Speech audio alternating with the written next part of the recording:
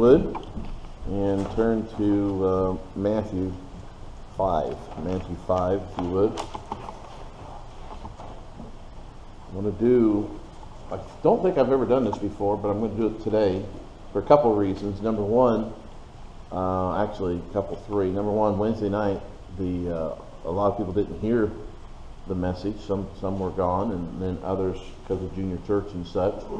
But then also, as I was studying this, even after this, and I used a word, a couple words in there, and I want to clarify these words and things too, because I think sometimes we take words, we use them, and words many times can be meant in different ways, okay?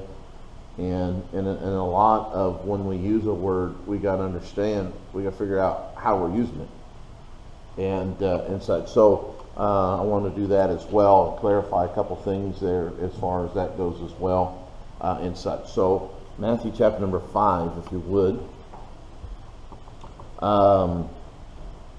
Basically what we did Wednesday night, what I'm going to do tonight is I did an overview Wednesday night on Matthew 5, 21 through 48. The reason why I'm doing this is because we're about to get into some lessons here that Jesus taught his disciples that are going to, they're lessons that it's going to hit home and stuff and things. And I want people to understand what Jesus is teaching in this whole thing and such, so people don't get a different idea of such and things. So we got to understand as we're learning this and teaching in this passage here from Matthew 5:1 all the way through Matthew chapter number 7 is the same teaching session. Now it might have lasted a couple days or whatever, but this is all the same teaching session. In fact, if you go to Matthew chapter number 7 and verse number 28, right after he ended the last words and read there, verse number 28 says, "And it came to pass when Jesus had ended these sayings." So if you go and go all the way back to Matthew chapter number 5, when the multitudes went up and Jesus went up the mountain and his multitude or his disciples came to him, and he opened his mouth and taught them. And first you see the Beatitudes, and then what we've been learning here in Matthew here. So Matthew 5 goes all the way, basically it's the same kind of a teaching session while they're up in the mountain here, all the way through Matthew chapter number 7. So it's basically like one great big Bible class that Jesus taught. Now, also you can look in Luke chapter number 6, and Luke chapter number 11, and Luke chapter number 12, and Luke chapter number 13, and Luke chapter number 14, and you'll see bits and pieces of what he taught recorded there. Okay, and remember, Luke was one who gave. He was not one of the disciples. He was not. He was one who gave some of the stuff that as it was given to him, account. So especially Luke is not basically, it'll be pieces here and there and such. So, but you'll find them there. Now,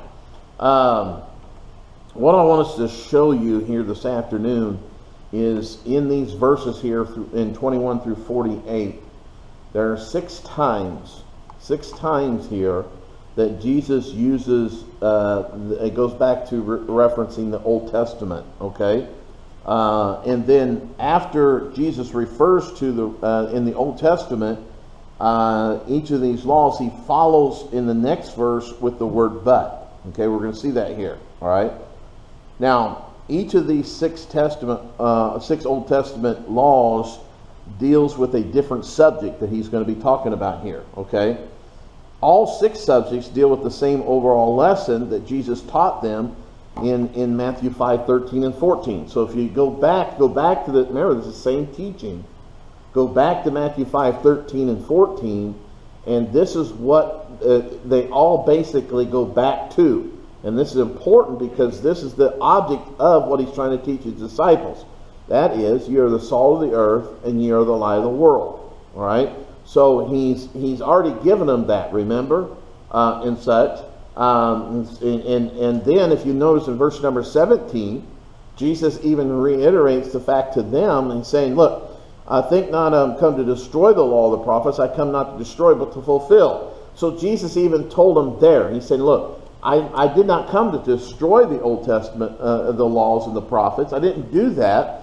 And so I think that's probably one reason why maybe he takes 6 of these Old Testament laws and prophets and things that are in the Old Testament and uses them in the next in examples, the next set of examples and such. All right. So I want us to go through these 6 times, and then I'm going to try to give you something here that I think the Lord really wants to try to get out of this. All right. Look at Matthew 5:21 and 22. You have heard that it was said by them of old time, thou shalt not kill. All right. So we all know that is one of the 10 Commandments. So he's talking about the 10 Commandments there, and such. Thou shalt not kill. Whosoever shall kill shall be in danger of the judgment. But notice the but there. All right. He says, but I say unto you that whosoever is angry with his brother without a cause shall be in danger of the judgment. And whosoever shall say to his brother, Raca, shall be in danger of the council. And whosoever shall say, thou fool, shall be in danger of hell fire. So he says one thing here, and he says, look, I want to tell you the law, Old Testament law, is thou shalt not kill. But Jesus is saying, I want you to understand that whosoever is angry, and that word angry is not just in the mind, that's an anger where you lash out. This is like a wrath where you and such. We've already discussed that. Or if you're angry with a brother, or if you call a brother Raca, or if you call a brother thou fool, and such. So Jesus took it a step further and said, look, not only do I want you to be careful and make sure you don't kill somebody, but I want you to control your anger. I want to make sure you don't talk to somebody and call somebody a name that you ought not call, or be angry without a cause, and that sort of thing. So he deals with the treatment of others here in this passage. All right. Now go to verses 27, 28. You have heard that it was said by them of old time, thou shalt not commit adultery. Again, as part of the 10 Commandments. But I say unto you, that whosoever looketh on a woman to lust after her hath committed adultery with her already in his heart. All right, so he's saying, look, you know, it's in the Old Testament laws, you're not supposed to commit adultery. All right, it's given. All right, but for you, my disciples, I want you to understand something. Whoever looks on a woman to lust after her.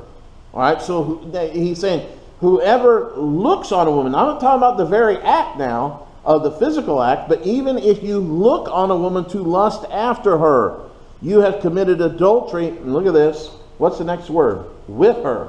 So she is also as guilty of committing adultery as you are. So if she dressed provocative, if she's dressed in a way that is appealing to a man and showing her thighs, or showing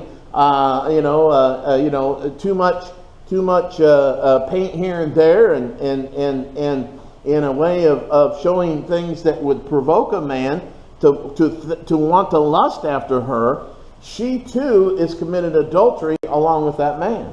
And that's important to understand. So he's saying, look, I want you to understand, I don't want you to commit the act of adultery, but I want you to go a step further. I want you to be careful of what you even look at. I want you to be careful of that and such, because if you even look on a woman to lust after her, for the purpose of lusting after, if you look on that woman for that, then you are committing adultery and such in your heart. So that deals with adultery. All right. Let's go on to verses 31 and 32. And we're going to go over all this as we go through this in the next few weeks and go over these things more carefully. Verse 31, it hath been said, whosoever shall put away his wife, let him give her a right in the divorcement. So he's saying, the Old Testament laws, the Levitical laws and such, talks about that if you put away your wife, let him give her a right in the divorcement. Now he takes it a step further. And he says, but I say unto you that whosoever shall put away his wife, saving for the cause of fornication, which is harlotry or adultery or incest or whatever it might be, causeth her to commit adultery. And whosoever shall marry her that is divorced committed adultery. So now he takes it a step farther. All right. So here he's dealing with divorce. All right. Now let's go down to 33 and 34. Again, you have heard that it hath been said by them of old time, thou shalt not forswear thyself, but shalt perform unto the Lord thine oaths. The word forswear means to be like committing perjury. In other words, you said you were going to do something and you didn't do it. You told the Lord you'd do something and you didn't do it. All right, that's an oath. You make an oath and you don't do it. And he says, but I say to you, swear not at all, neither by heaven, for it is God's throne. In other words, not just don't promise me anything, but don't even promise anything like that in an oath. All right. So he's you notice he's taking it a step further. Keep your word and such. All right. Now go to verses 38 and 39. You have heard that it hath been said, an eye for an eye and a tooth for a tooth. All right, so now we're talking about revenge, okay? But I say unto you that ye resist not evil, but whosoever shall smite thee on thy right cheek, turn to him the other also. So now he's saying, look, you know that it's been said, an eye for an eye or tooth for a tooth. But I'm telling you that if someone even comes to you and smites you on the right cheek, don't seek revenge. Give him the other cheek and let him smite you on the other cheek.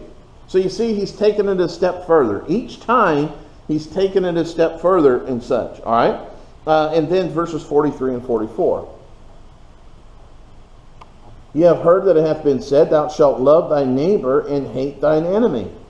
So he's saying, look, in the Old Testament, you learn, love thy neighbor and hate thine enemy. But I say to you, love your enemies.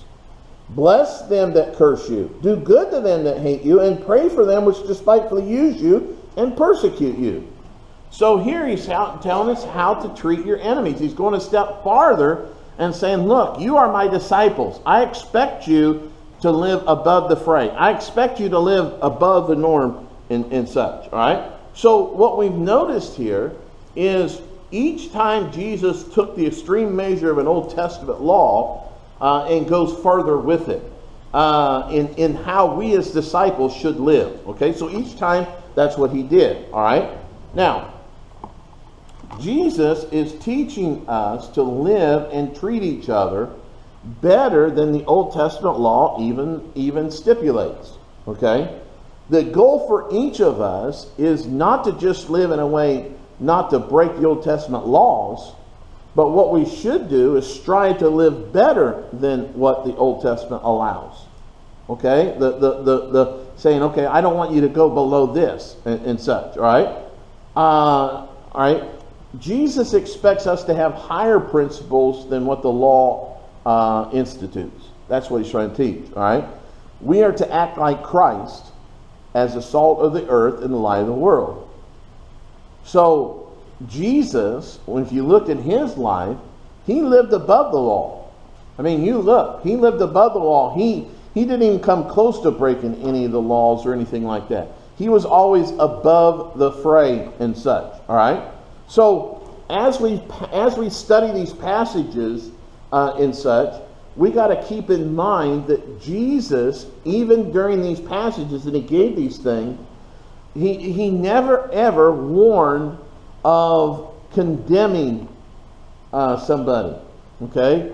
Nowhere in here when he gave these examples, did he ever say, you know what, if you do commit adultery, I'm done with you. If you commit adultery, you're done. If you hate your brother, or if you get angry with your brother, you're done. I've had it with you. He never ever did that. Okay? And we got to keep that in mind in here. All right? Now, last Wednesday night, I used the difference between condoning and condemning and such. Now, because I made the reference, you can not condone something or you can not condone something without condemning somebody. Okay, but I started studying about that a little bit. We have a problem with our definitions and how we use terms. Okay. Let me give you the definition of condemn, okay? It means to pronounce to be utterly wrong. It means to censure, and it means to blame. That's one definition of condemn. But let me give you another definition of condemn, and this is what we use many times and such. To pronounce to be guilty, to sentence to punish, to judge or pronounce to be unfit for use or service. Many times when you hear people say, you shouldn't be condemning, you shouldn't condemn people, and that sort of thing. What they're referring to when they're saying that is the second part here, of judging, of pronouncing him to be unfit, of a sentence or a punishment. But the truth of the matter is, even condemning sometimes is just saying, you know what, that was wrong. That was wrong. So you got to be careful when you use the word condemn. Then I used the word condone and such, and I had to back up on this because I was using condone as an example, but really condone means this: it means to overlook or forgive. That's what condone means. So condone is really not the best word to use in that. Probably the best word to use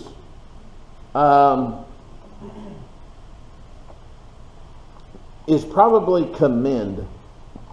Okay, that would be a good word to use. It starts with a C. That means to approve.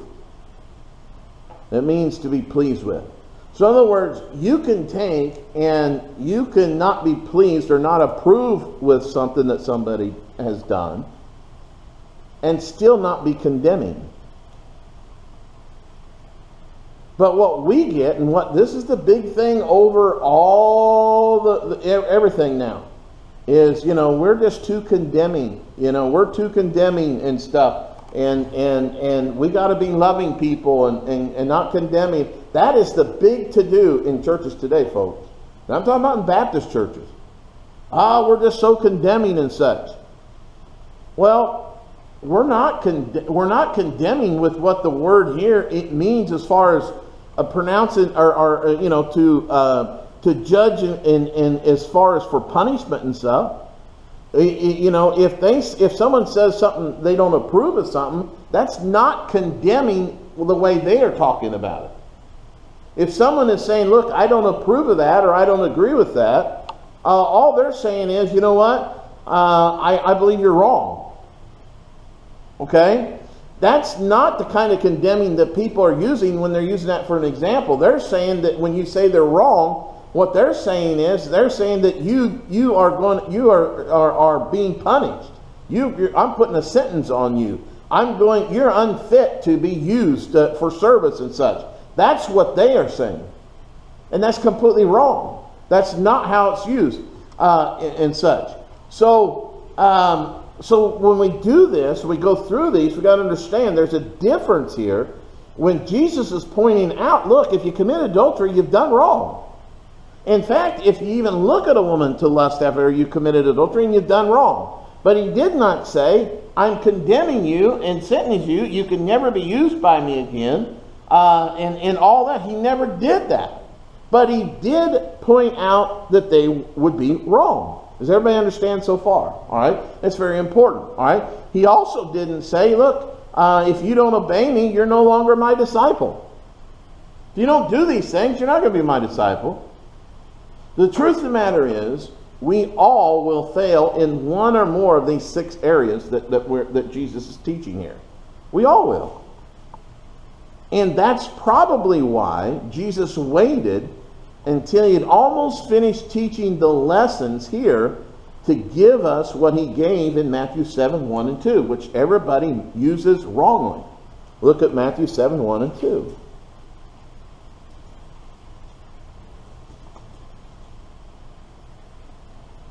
Well, you hear this all the time. Judge not, that you be not judged. You're judging me. And what they're saying is you're condemning me. Because you say that what I'm doing or what I'm not doing is wrong. Then you're condemning me. And you should not judge. You should judge not that you be not judged. Now, they've missed the whole point. Number one, that doesn't mean that. In fact, if you were to read this and what Jesus was trying to teach here, if you read this, and we'll study this more, the proper grammar here is there's an understood you at the beginning of that. You judge not that you be not judged. Okay, that's a sentence. So there has to be a noun there. The noun would be the understood you, and the judge is, and then be judged. Those would be verbs in that sentence. So Jesus is telling them, after he's taught all this stuff on being angry, killing, being angry, calling somebody fools or raka, or committing adultery or divorce, or not keeping your word, or revenge, or turning the other cheek, that sort of thing. He's saying here, after he's got all that and done all that and taught all this, he's saying, you judge not that you be not judged.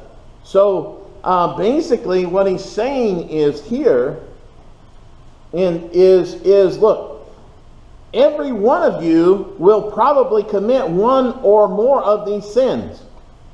So none of you have a right to go and condemn, as far as saying you're no longer fit for service, and place a sentence on them. You're no longer fit for use or anything like that. But he takes it a step farther here, because if you take and you go to somebody and you use this verse,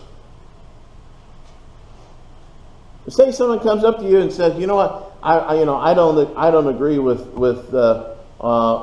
in that issue with you, and they say, well, judge not lest you be judged. They have just done what? They've just judged, because they use that verse. They have just judged. So they just made themselves guilty of this verse. All right. I want us to keep this in mind here, because nowadays what we got too many people. Oh, we just got to love everybody.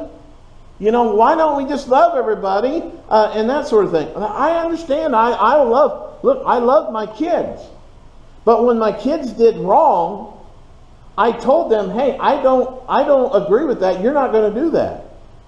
Why? I did it out of love. Okay, but I did not condemn them. I did not say, okay, you're no longer my child. You're no longer fit to be an Eddy. There's a difference between what people are saying and such. Now, I did pronounce them to be utterly wrong, so I did condemn them in that sense. But I don't go the extra thing and do what people are saying with that example of the other definition of condemn. I didn't say, look, you're unfit for use. You're unfit to be an Eddy. I'm kicking you out of our house. I about sent Mark to a home one time, but the truth of the matter is, I never would have done it, but it worked. It worked. But the point being is, this whole idea is you can't disagree with somebody, because if you disagree with somebody in things, then you are judging them, you're condemning them, and such, is completely ridiculous. It's not Bible, and it's not anywhere close to what the Bible's teaching here. All right, in things. You have got to point what Jesus was pointing out these things. All right. So, but what the Lord is trying to teach us here is He says, look, as a disciple, as the salt of the earth, as the light of the world, what I want you to do is I want you to go the extra mile. I want you to live above the fray. I want you to live above it. All right. So let me just give you a couple applications here when it deals with this to help us as we go through this. All right. If you're going to live as Jesus expects us to, by higher principles than the law. All right. So we have the law. The law is right here. All right. Here's the law. Thou shalt not do this. Thou shalt not do this. Or thou shalt do this. You know, do this or whatever. All right. That's the law. That's the law. That's the Word of God. That's the principles there. All right. If you, what Jesus is saying, I want you to live higher than what the law states. I want you to go above and beyond the law in the way you live. I want your insight. So if you're going to live higher than what Jesus expects us to live, and that's above the law, then your standards have got to be higher than the higher principles that you want to live by. All right. Now, there's a difference between standards and principles. Principles is the law. That's what you set down. This is what I'm going to go by. These are principles. I don't want to take and violate this principle. So what we do then is we set standards so that to protect us to where we don't violate that principle. There's a difference between standards and principle. Everybody can have different standards and not violate the principle. So we got to be careful with that your standard, just because you have a standard here and they have a standard here, doesn't mean either one of them has violated a principle out of the Word of God. All right? So we got to be careful with that as well. But if you want to live above the law is here. If you want to live above the law, then you can't have standards that's between you and the law. Does that make sense? Everybody understand what I'm saying? Your standards have got to be higher than your principles. All right? Because they keep you from violating that principle. All right? Now, let's go on. What we normally do is we normally do the opposite. All right? And Wednesday night I used the speed limit. All right? The speed limit in Illinois and the rural areas and stuff is 55 on two-lane highway. It's 55. So we know that if you break the law, the speed limit, is if you're breaking it at 55.1 mile an hour. That's breaking the law. Okay? If you go 55.1 and a 55, you've broken the law. All right? But we know that the police will give us 10 mile an hour grace most of the time. We know that here in Illinois, at least in this area. You can get up to 10 mile an hour grace. So what do? We go up to 65 mile an hour. Why? Because they're going to give us grace up to about 10 mile an hour. So instead of going 55, you've got a bunch of people on the roads going 65 mile an hour. However, what happens then is people even push it even farther. And they go to 66, 68, 70, and that sort of thing. All right, and that's how tickets get happen. All right, but what we got to do in our life is we've got to learn to be the exception to the norm. All right, we got to learn to be the exception to the norm. All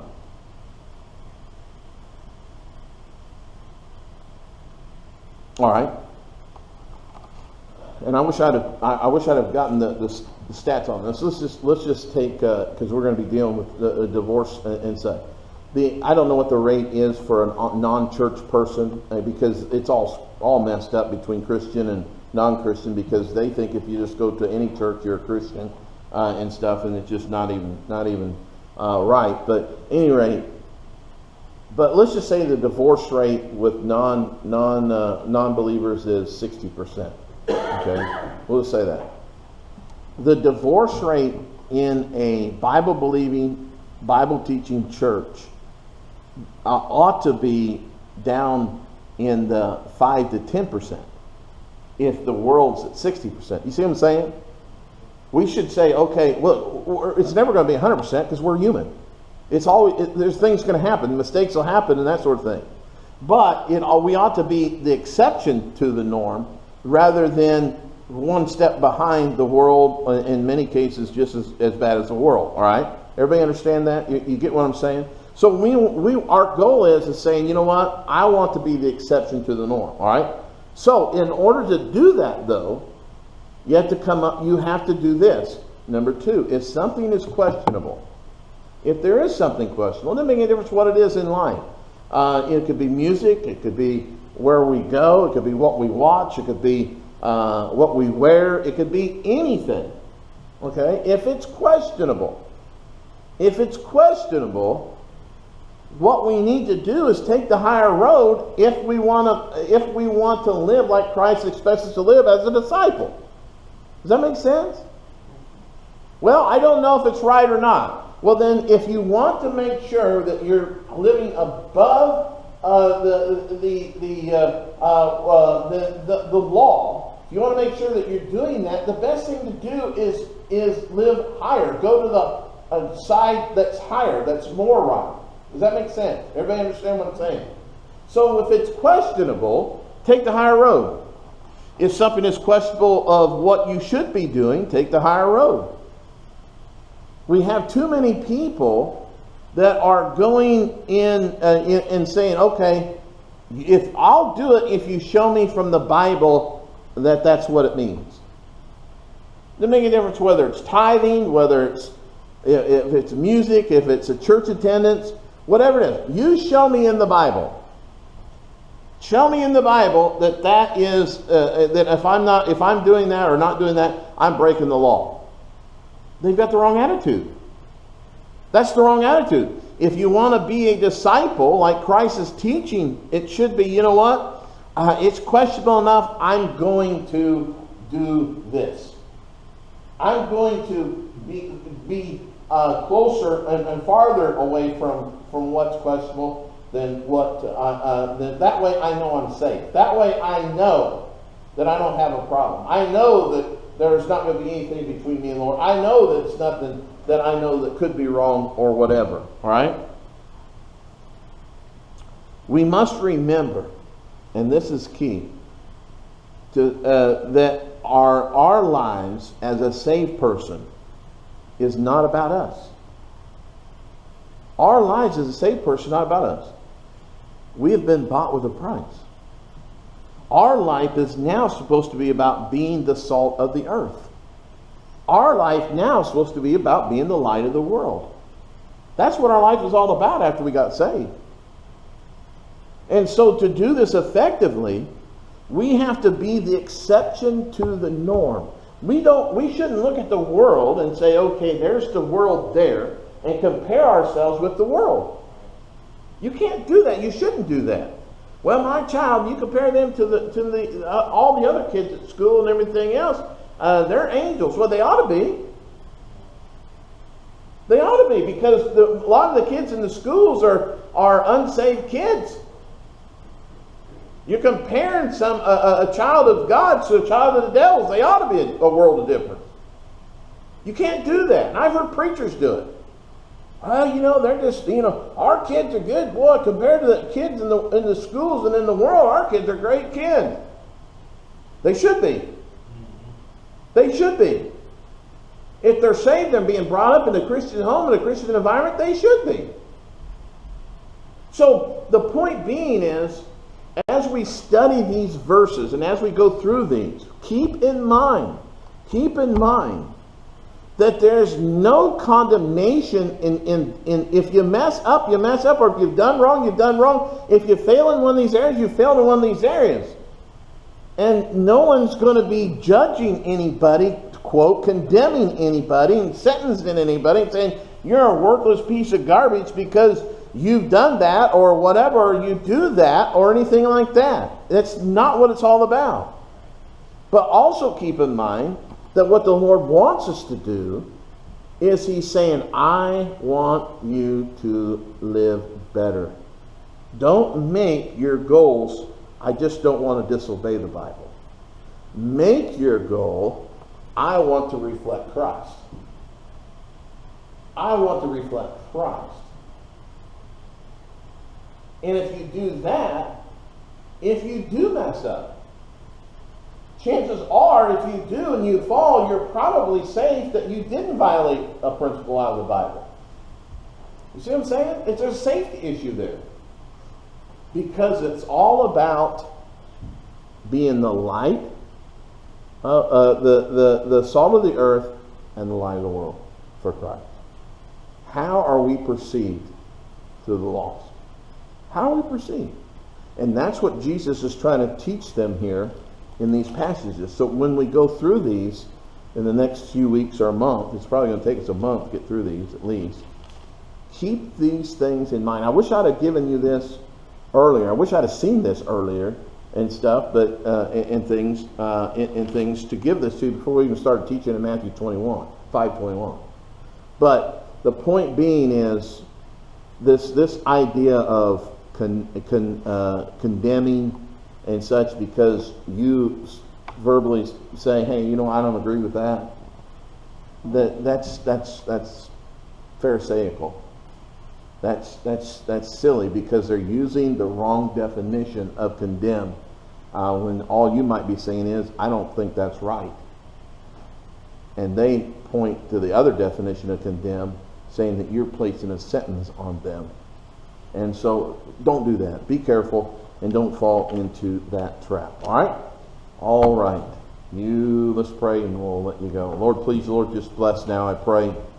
Help us, Lord, please, to as we study this even more here in depth here in the next month or two, Lord. Help us, Lord, to understand it. Help us, Lord, to get the teachings that you want brought out. And Lord, please help us to be better for it, I pray. In Jesus' name, amen.